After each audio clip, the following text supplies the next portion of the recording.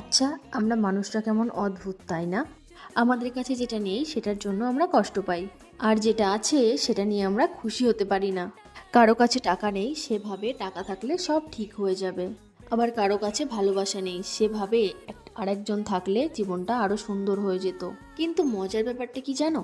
সেই মানুষটার কাছে যখন টাকা আসে সে ভাবে আরো বেশি টাকা হলে আরো ভালো হতো।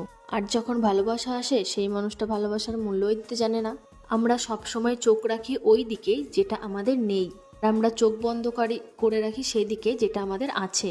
কে যদি আমি একটু থেমে ভাবি, আমাদের কাছে কি আছে? আমাদের কাছে আছে কয়েকজন মানুষ, একটা ভালো সুস্বাস্থ্য, এসব আমাদের কাছে খুব ছোট মনে হয়।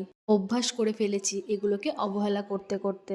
আমরা ভাবি ওটা পেলে খুশি হব, ওটা পেলে জীবনটা আমার সেট হয়ে যাবে। কিন্তু সত্যটা হলো, খুশি কখনো পাওয়ার পরে আসে না, যেটা আছে সেটার মূল্য বুঝতে পারলে। সব সময় যেটা নেই সেটার পেছনে দৌড়াতে দৌড়াতে যেটা আছে সেটাকেই ভুলে যায়। তাই মনে রেখো, সব না পাওয়ার আসল দুঃখ না, আসল দুঃখ হচ্ছে যেটা আছে সেটার মূল্য না বোঝা। আজকাল সোশ্যাল মিডিয়া খুললেই দেখি 30 দিনে সফল হও, 7 দিনে বডি বানাও। এটা শুনতে ভালো লাগলেও সত্যটা কিন্তু খুবই কঠিন।